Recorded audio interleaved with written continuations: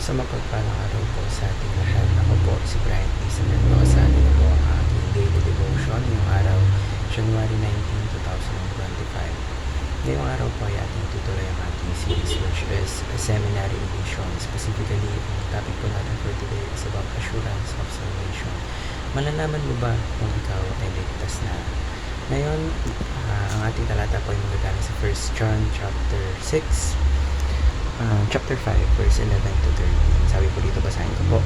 And this is the testimony that God gave us eternal life, and this life is in His Son. Whoever has the Son has life.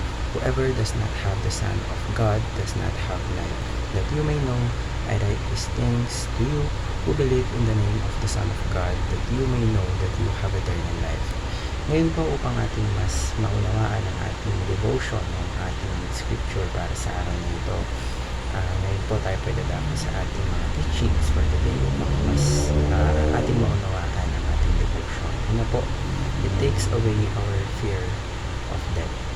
So knowing that we are saved, it gives us yung peace na kailangan natin about the future, na wherein yung kamatayan is no longer something na kakatakutan natin because we have the promise of eternal life with God. Ikalawa, it fills our hearts with gratitude.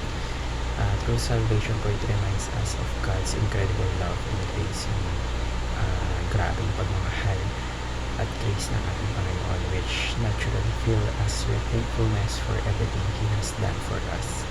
Ikatlo po, it inspires us to serve God. So, kapag we truly understand yung regalo or yung natawag na gift of salvation, talagang yung motivation, it motivates us na i-dedicate yung buhay natin sa pagsiserve sa Kanya out of love and joy.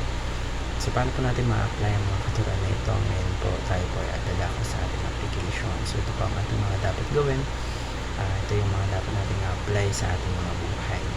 Una po, do not be afraid of sufferings or death.